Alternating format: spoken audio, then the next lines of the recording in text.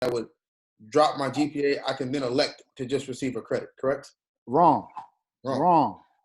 That's the reason why I want to continue to tell you that it's not credit, no credit.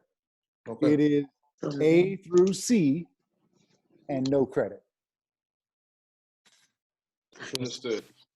So credit is not an option. There is no option on the transcript that'll show CR. CR, as we understood it, is currently only available in a credit, no credit option for roughly, I want to say 4% of the current sections that are out there, and about 2.7% of the actual students that are currently in a class that has the option of credit, no credit. Those don't change, okay? It's the 97% of courses that are currently A through F that would then be open to the ability for a student to make an election. And let's be clear that that election is primarily just changing the bottom grades from D, D plus, F to no credit.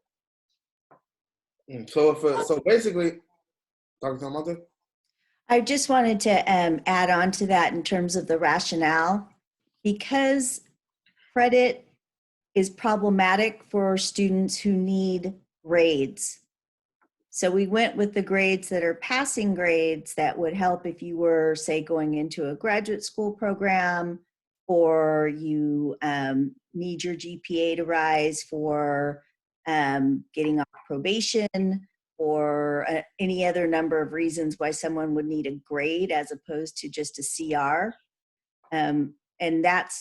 But we wanted the no credit option so that if students didn't do as well as they had hoped because of all of the different, changes going through, that no credit wouldn't hurt their GPA. So this is more of a safety mechanism to protect those that may have not done well this semester, because the A through C is pretty much kind of currently the same because we haven't made any changes to the numbers associated with them. Okay. I think that's accurate. For sure. And I know that you guys passed this into the Senate yesterday. But even though there was, and I guess we can kind of just keep this going because it's 3:10, and I guess people will just trickle in if they will. But is there no, what was the kind of outstanding reason as to not include the credit options for the students that maybe weren't on financial aid, or this was their last year, and they were pretty much done with school, and they wanted to keep the GPA that they have? What was the kind of reasoning for not including the credit for students that fell in that category?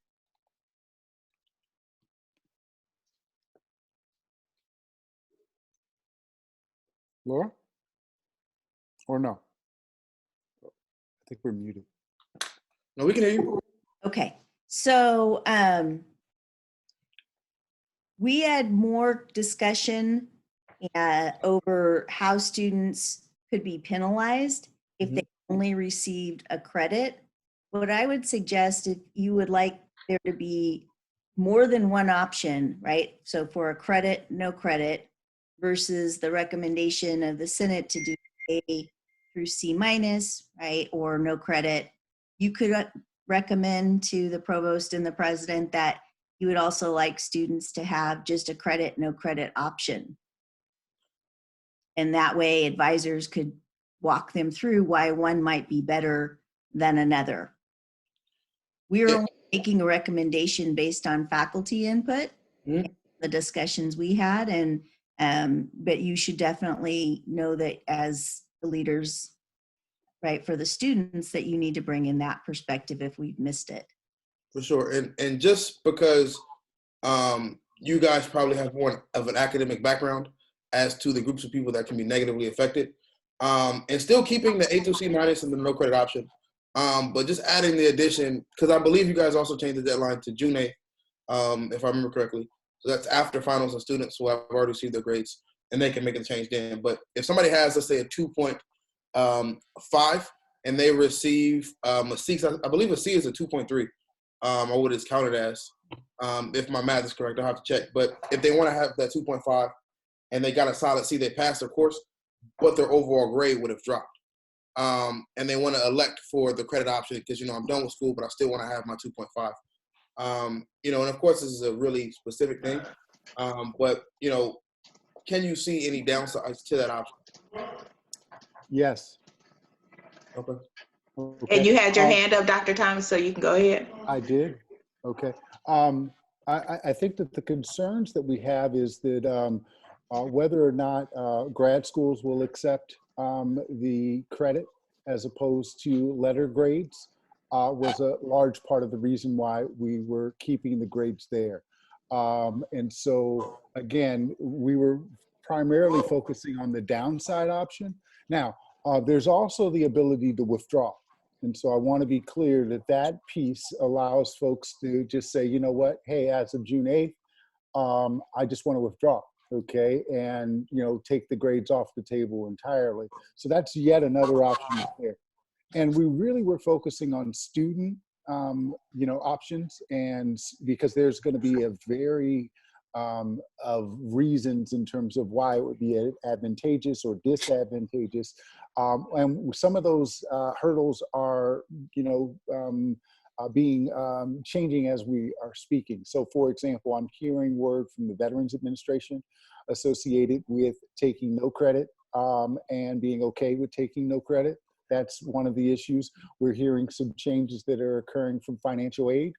You could even look at our own campus in terms of what we're doing for admission for our students. If you're in high school and you're taking a class right now and you're receiving credit, we're taking credit.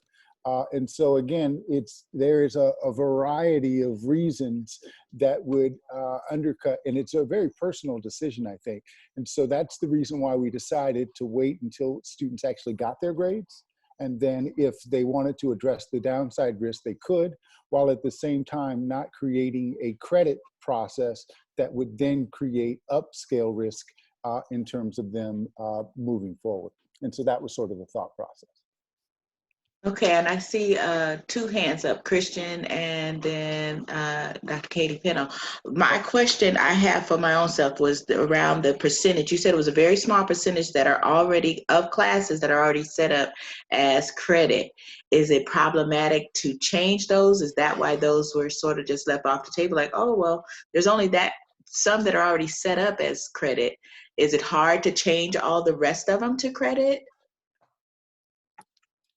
Yes, the understanding is generally that the fact that we have such a small number of courses in that credit, no credit scenario is by curricular design. Mm-hmm. And the notion that we would wholesale change all the courses to credit, no credit, without recognizing that there are some real intentional reasons, whether it be within the departments, whether it be for a variety of curricular reasons. There's a reason why there are so few courses in the credit, no credit modality.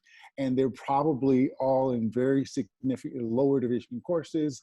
And so again, I don't want to summarize the entire universe other than to say that it is a very small portion of our degree granting process. And we were looking to create a solution that, at least from an option standpoint, would be applicable to any student that wanted to take on that option. Right. So Christian? And just really quick, I'll try to wrap this up, but just to kind of officially start. So again, this is the ASI Conversation Corner. We're looking to have these once a week, every Thursday from 3 to 4 p.m. Each week we will have a varying topic of interest. This week is the A through C minus or no credit option, as recently discussed in the academic senate yesterday. So again, we're just here to listen to students to kind of give them any additional information we may be able to provide, or just hear some of the concerns or pieces of information that they would like to share with us. And just to mention, for this specific topic, we do have our guests with us this week. There is Dr. Katie Pinto, Dr. Laura Telemonte, Dr. Charles Thomas, and then again, as usual, we will have our ASI execs, myself, Rahab Shoaib, and McClellan Doctor. And with that being said, we'll kind of continue the conversation at hand. I'm not sure who had their hand raised after mine. That would be Katie Pinto. You have the floor. You can't hear. There you go. We hear you now. Oh, not now. We were. Try it again. Yes, we have you. My internet's a little sketchy. But I jumped in when Charles was talking a little bit about the A through C minus option. I wanted to point out that right now for graduate students, someone moved to do A through C or C minus for the graduate students as well. And I don't know if it was because of the conversation was difficult to have on the floor, but if we're really looking for the best solutions to support students, for graduate students, A through B, and then a no credit option is actually what helps graduate students the most. Because if you get a C in a graduate level class, you will be put likely on academic probation. And if it's for a class, then you'll have to repeat the class, and graduate students can only do repeat and average. So you would have to get an A in the next time you take that class in order for the GPA to actually go higher. And I'm not sure that was very clear to folks in our discussion. So if you are considering making suggestions, you might want to think about that for the graduate perspective, but also that is a drawback to what Dr. Thomas said, or to what Charles said, is that as students are making these choices, we have, these repeat and cancel options, repeat and average options, and depending on where you're at, if you've already reached your limit of repeat and cancel, then if you get a C, that might not be helpful for your GPA. So, but if you get no credit, then that doesn't affect your GPA, right? So I do think that faculty were more comfortable with having more of the grade options, the letter grades, but I think that students could really think about, well, what does it mean then to select that credit, no credit option, which we did not propose, but I think it could be something that students propose as well, if there's, backing. Okay, we have next up who'd like to speak, Dr. Laura, unless someone else had something else to say to what Katie just said. If I can ask a quick question. So to that, so while we have the A through C minus grade, if a student receives a C minus, they wouldn't be eligible for the no credit option, but they would also have to retake the course. See, so If a C minus is a failing grade for that course. Which most courses it is, correct? Except for GEs, Laura. Go ahead, Katie, if you want to. I was trying to pull up the our grading online, and a C minus is 1.7 GPA. So some classes, so I'll start with the major that I know, which is sociology. In the major, as long as your GPA is 2.0 and higher, it might be okay if you get a C minus, let's say in an elective course. Because overall, students sometimes get a D or a D plus, but overall, if their GPA averages out to 2.0 or higher, then they're passing, and those units count towards our 30 or 32 units in the major. But there are some classes that might be designated you need a C or higher in other majors, and that's not going to change, right? Or not anytime soon. That's not what was on the table. It's just having that listed as an option. I also wonder if the faculty told me, they said, oh, that survey was still a little confusing. And so faculty maybe did not understand that what we were proposing were letter grades, and some majors may not view a C- as really too bad for some of their elective courses.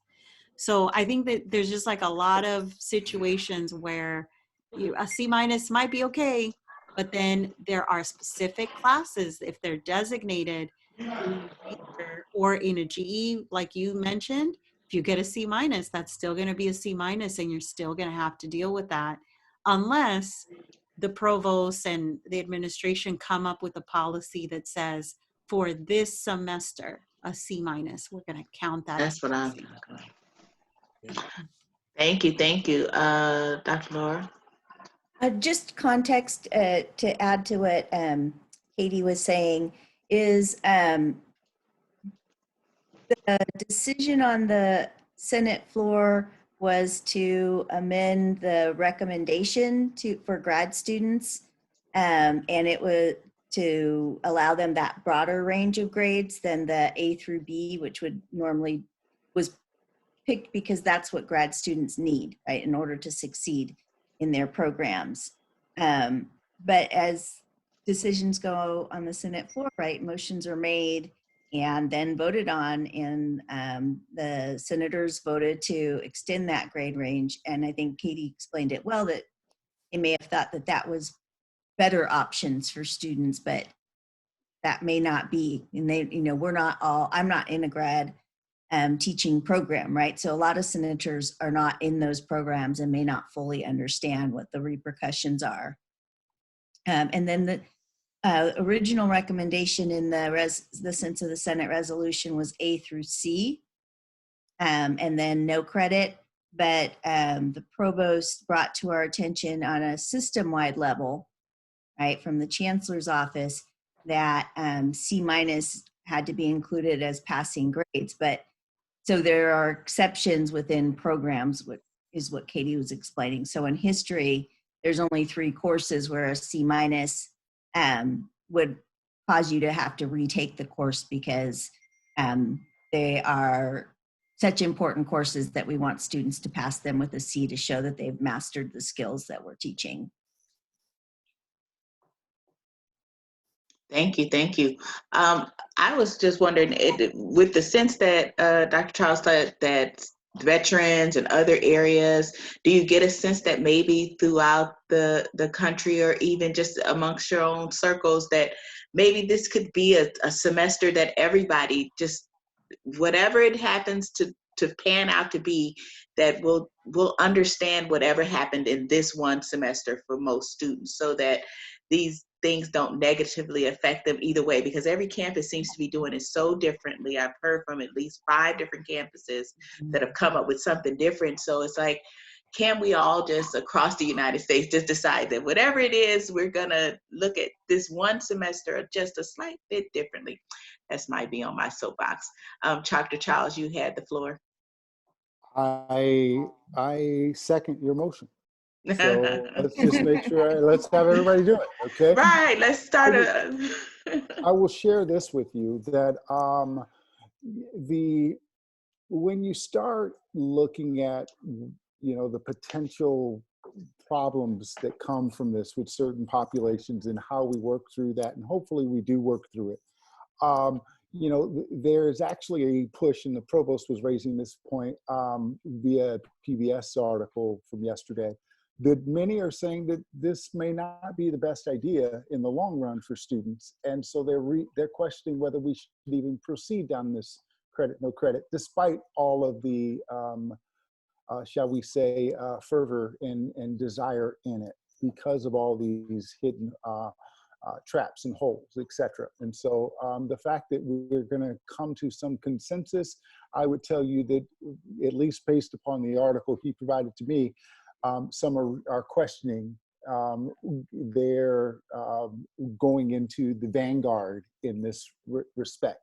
And so I think it's just extremely an individual decision. And again, I think what we're all struggling with, and trust me, I just got off a 4-hour campus Senate chairs call where every campus is dealing with this issue among others. and we're all dealing with it a little bit differently.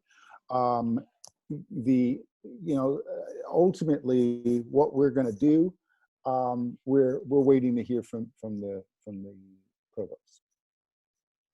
Christian? So first I'll ask, you said somebody who said that it's not something that we should be looking into? I missed that part. For Dr. Thomas? No, I don't know what you heard. No. Dr. Thomas said that some people are saying that this is not something that we should be looking into because of all of the possible things, how people can be negatively affected. No, I don't. I'm not saying you shouldn't look into it. I'm merely. I don't know what I said. Okay, misheard I you. think I know what he No, was no, no. saying. I Yeah. get it. Mhm. A part of what I think Charles was talking about was that part of the conversation where the provost mentioned, so some universities, they immediately changed everything to credit, no credit. They did not give students an option. They just said, all right, everybody, we're going credit, no credit. Mm. And now they're rethinking, oops, should we have done that? Because we didn't kind of stop to think about the consequences of that. What does it mean if, for veterans or scholarships, for students who want to raise their GPA? I kind of wanted to speak to what I think. I don't know that I know what's going on nationally outside of some of the conversations that I have with folks on Twitter.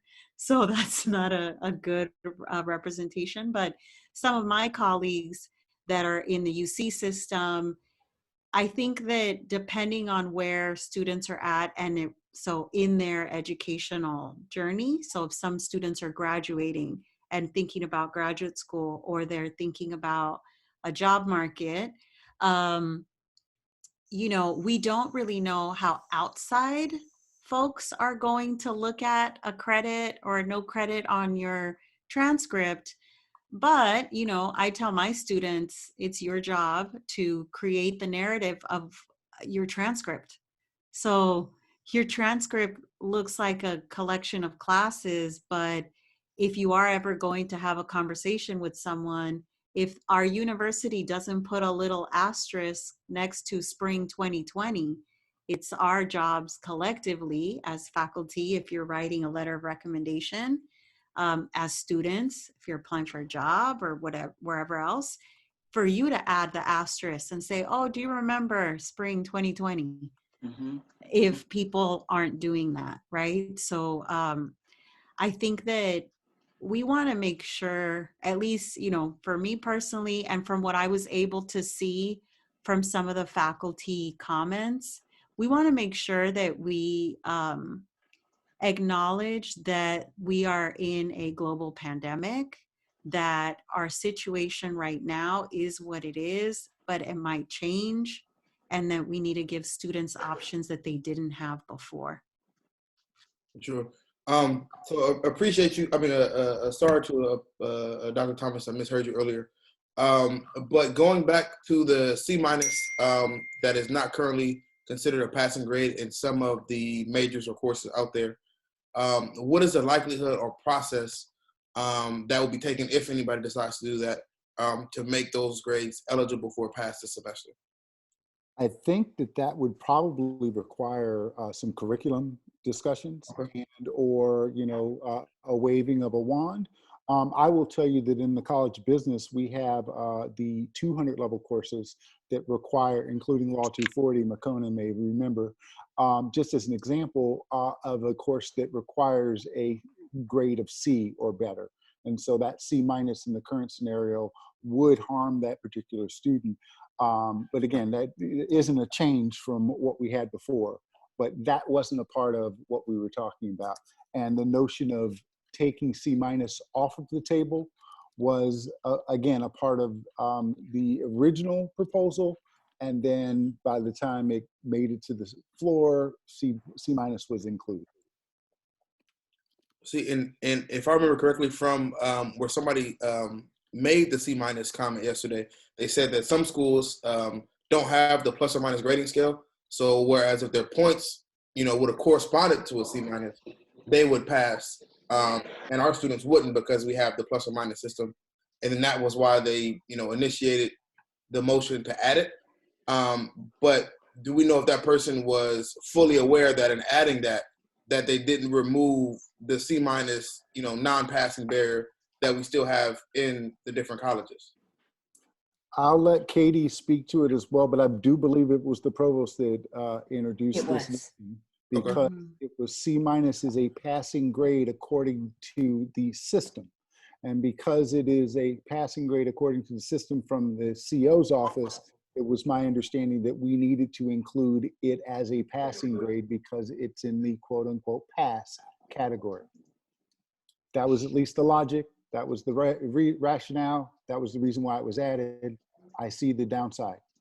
The provost shared the sense of the Senate resolution with someone in the chancellor's office, and that was the direct comment that he needed to add it in.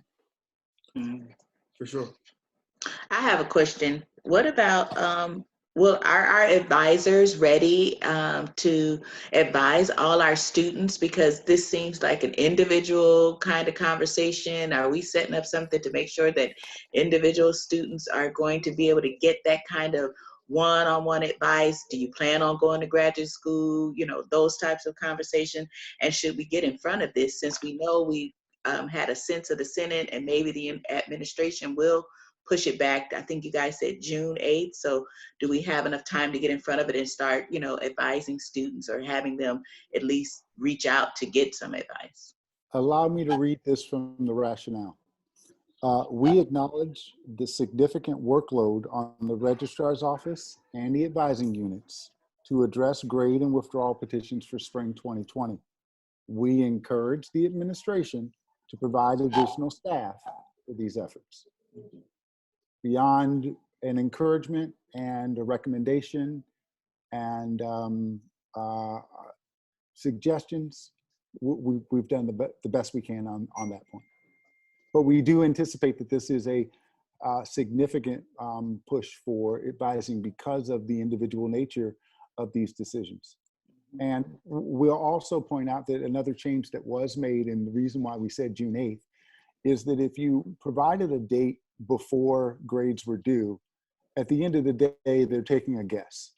They're taking a guess as to whether credit, no credit is, or this new system will benefit me or not benefit me. Whereas if on the other hand, you wait until grades turn in and you have the ability to either withdraw, i.e. walk away entirely, or B, seek a change in your grade to, this no credit option if it applies to you. And again, that's sort of the balance that we took. Are the withdrawal and the repeat and cancel, repeat and average on the table for June 8th, or are they Withdrawal earlier? is currently included in the sense of the Senate proposal. Good. Currently, you can withdraw absent with a very serious petition, et cetera, after February 14th. We have extended that February 14th deadline to withdraw without any record of being on the campus. But again, that also means no return of your tuition. Okay, so come on back and come back for the lightning round. At this point, that is available until June 8th as well, at least according to our sense of the Senate resolution. Okay, I have Katie Pinto and then Laura. I think that another, so we expect too, right, that the way the advising system works is we have that central advising unit, and then we have college advising, and then we have that faculty level advising, and even some departmental level advising. Are really going to need to step up. And I know that Dr. Figueroa talked a little bit about getting a frequently asked questions page going up on the advisement website. And hopefully that could help some folks make a decision. I didn't talk about this on Senate because we didn't really have a lot of time, but I think that part of the reason that the credit or the grading options are important to have right now is kind of for that reason that Christian talked about, that grading is happening lots of different ways. So we have 1,049 faculty members on this campus. We are assigning A through F grades, but the grading scales are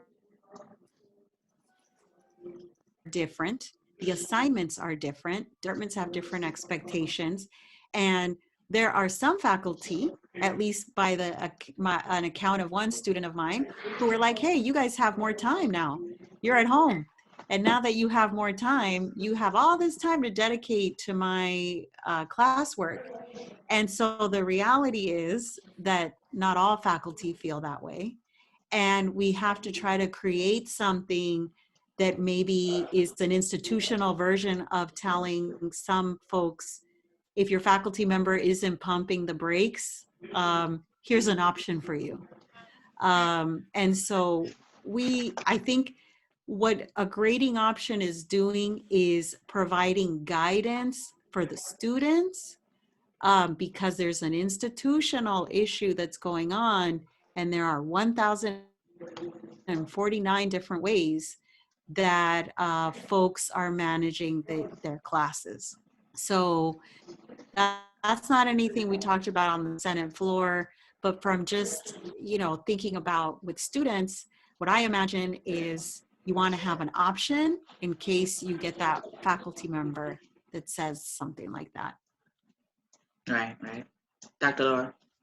I was just going to weigh in on the advising. I know that for our College of Arts, the chairs and program coordinators were very much pressing for the ability to have credit, no credit options. And in the end, we decided on the A through C minus and the no credit as an option, as well as the withdrawals. So I think that if that college is representative of any other colleges, that these conversations are going on across the campus. I think a good recommendation we could make, as Katie brought up, Ruth Figueroa was at the meeting yesterday. She did speak out. And in the same way that we're providing students other kinds of resource pages, it seems that this would be a good topic to kind of create a basic checklist, right? If you are considering these options, here's the kinds of things that you need to think about and ask your advisor about, as well as, making that a play sheet for advisors across the campus. There was a lot of discussion yesterday about the strength of the collaborations that have been going on. And, we've seen that across DH email, people sharing resources. And this seems like a really prime to make sure that students will get the depth of advising that they need and have some awareness that they need to be asking questions before they decide on their own that, yes, this is a great option for me. Great. Rahab, you had your hand? Yeah, I just wanted clarification for the withdrawals. Students would be able to withdraw from any class without any other compelling reason besides this pandemic? Or would they also need alongside a personal story of what's affecting them to be able to withdraw? As we currently have contemplated it, the deadline for withdrawing without any, everyone can hear me, right? Yeah. Okay. The deadline to withdraw without any record of enrollment is the deadline that we are proposing to extend, which would be that you would not need any special reason. But again, that is what we've proposed. We'll see what actually happens as it relates to withdrawal policy. But as we currently are proposing it, you would not need anything special. It would be the same as it was February 13th, the day before you could withdraw for any reason. Okay, Christian. And so speaking on, again, a topic that regards specific faculty, it may be kind of hard to answer, but knowing that there are some faculty that are requesting students videotape or record themselves taking a test. Is that, how do you kind of tread that area when students may not necessarily feel comfortable recording themselves, or is that something that, while the faculty members are assisting it, but they may not feel comfortable doing that? Is there any kind of, alternative methods, or is that pretty much the case that they have? Well, I'll attempt to address this. It's my understanding that the College of Business has at least been foraying with ProctorU and browser lockdown as a means of a way for folks to take exams in a way that would have some type of integrity to make sure that there was no opening of other browsers and or making sure that the person was actually the person that was taking the test, etc. We have dealt with some issues in terms of privacy concerns, and the way I understood it, at least from my college, was that if you were going to utilize these features, you needed to tell people at the beginning of the semester. The fact that we are now jumping into the utilization of these tools in the middle of the semester without any notice, I can't really speak to, but I do know that there has been some concerns about integrity of exams, and that's the reason why some of these technological tools have been at least introduced and or piloted in the College of Business. I can't speak to what's currently happening with any individual instructor though. I wanted to kind of mention just, I don't know, broadly thinking about this, and I apologize that my internet is not the best right now. But, that's a real issue that I think a lot of faculty are struggling with what alternative instruction means.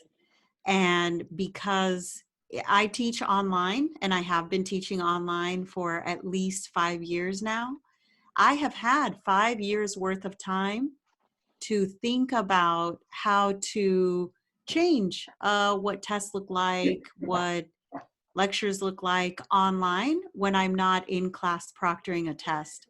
I think because faculty don't have the time to think about that, some of them are scrambling and they're like, well, maybe if I stare at you while you're taking a test, maybe that's a good idea.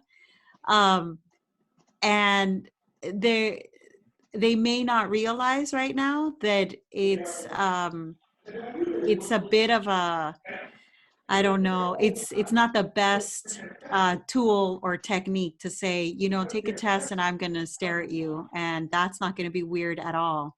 And so I think that it's because students are often, it's this weird relationship with your faculty. You want to be able to share with them, I'm not really comfortable with you staring at me while I take a test. Is there another option? And kind of throwing the ball in their court and saying, can we think of something else? There might be faculty that are open to having that conversation, and there might be faculty that are not. I think that I've heard of this. I can't say that I think it's the best option, but I imagine that my colleagues are struggling to kind of think about, oh crap, what do I do? And here's an opportunity. And we have these things like ProctorU and the Respondus, like test kind of lockdowns. And maybe you could say, I've heard of ProctorU and I've heard of the Respondus. Okay, you want to figure that out instead of staring at me through Zoom, in a, in a way that reflects a conversation, because it is, I think, a stressful time for a lot of folks. Yeah, because that's uncomfortable, Christian. It is, and I appreciate you for providing those solutions, as well as Dr. Thomas. I was going to add on to that, Christian, just so you know that ProctorU, one aspect of that is having a paid doctor to watch you take the exam. A little bit different. Yeah. Okay. So that, I mean, there are various versions of watching exam and anyways, just making that aware before you put that out to your professor, because it may be just the same thing if they're using that version of ProctorU. For sure. And just So to you're saying there's a job opportunity for me? Yes. I'm here to watch people. And just to quickly interject, I'm not sure who we had on the speakers list, but time check. We have about 10 minutes left. We may go over if people are willing because we did start a little bit late. But again, if there's anybody in the chat box that would like to speak that is currently muted or a guest, again, please type it into the chat and we will read your question so that you can get an answer. And then with that, I will refer back to Mr. Shida with the speakers list. If any. I don't have, okay, I have you who said I'll speak next. That's the last person that I have. I had a question, maybe I can get some juices flowing with folks. On the repeat and cancel, repeat and average, is that something that we do have currently? I think I'd heard Yes. Dr. Katie mention that. And Yes. so I think it's great what Dr. Talamonte said, maybe coming up with a document that sort of explains these out, because back when I was a student, I remember the big Bible, and you could read your section of your school and you would know each and every piece. You would know if this class was an A, and it used to be a piece where it was almost told to you when you start school, this is your section. Know everything ins and outs about this section for your major. You knew what grades were, what you were expected to do. And so I remember digesting that and knew everything. I was the guru amongst my friends, like, oh no, it said that you're supposed to do X, Y, and Z. So maybe having something like that available for the students, I think would be really great, that just spells it out again, because I don't think that we do that at orientation anymore. We don't even have the big Bibles anymore of this is the school's every rule, law kind of thing. But having something that they could go to, and maybe even ASI, we could put something on our website and direct it to those pages, because I think maybe we still have them per college online. Those different, those snippets that would explain to you the whole roadmap. I think that's really great. Yeah. I would say that the catalog, I'm gonna put in the chat box the catalog that just came out, the 2021. That catalog is really the Bible. And when you started, that's your catalog year. And I often tell my students that sometimes you can request to change your catalog year if the rules are quote unquote better. And so if there's something that's changed that's better for you, that's something that, the course catalog is your friend. And if I used to know it better than my advisors did, right? Yeah. And so I tell students, this is your friend. This is kind of what you need to know for your rights, because sometimes people unintentionally don't know, right, what your rights are. And so you should know first. One thing that each department then is listed online, and what you said about your major. So the catalog has all the university policies, but then each major has their portion listed there. So I think that's important.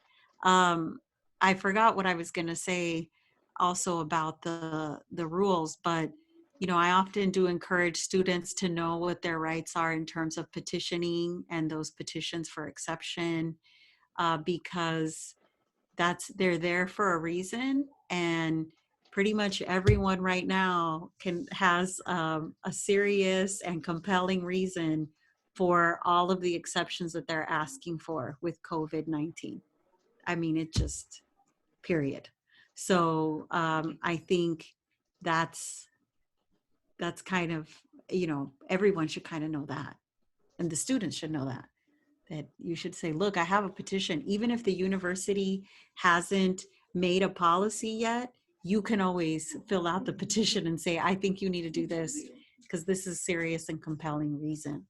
Then if enough students start doing that, they're like, oh, crap. Right. So, yeah. Yeah. Definitely. You definitely have to know your rights. What do you say, Dr. Thomas? Ignorance of the law is no excuse. I won't add any useless adages at this point. I will just say that, again, I think there's something to be said for making the case, notwithstanding whatever policies that are already there with our petition for exception process. The concern that I think that the registrar's office has is that they anticipate that their entire operation could screech to a halt on the basis of much of this. And I want to just continue to reiterate that advising is going to be critical, because I'm not so much concerned about the folks that get appropriately advised via the FAQs.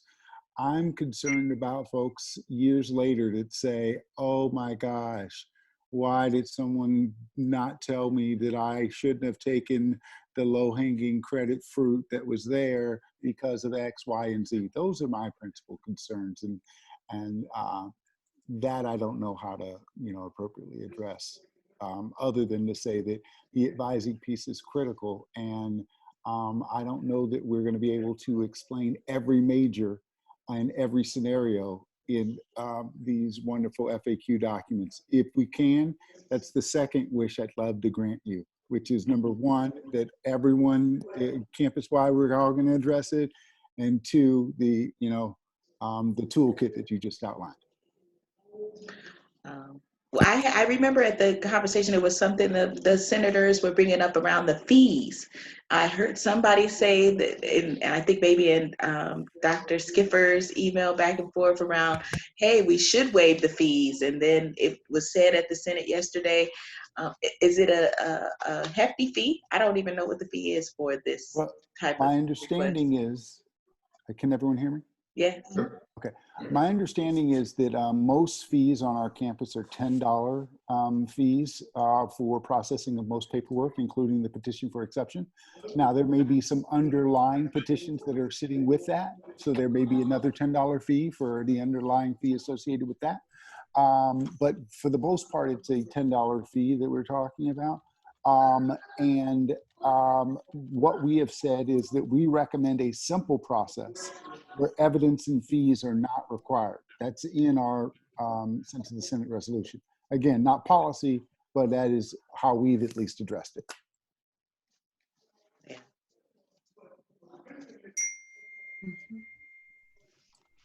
Was there another question? No questions have come into the chat box, sir. Got you. With that, I'll just mention or say that I personally did appreciate most of the things that you guys had in the sense of the Senate.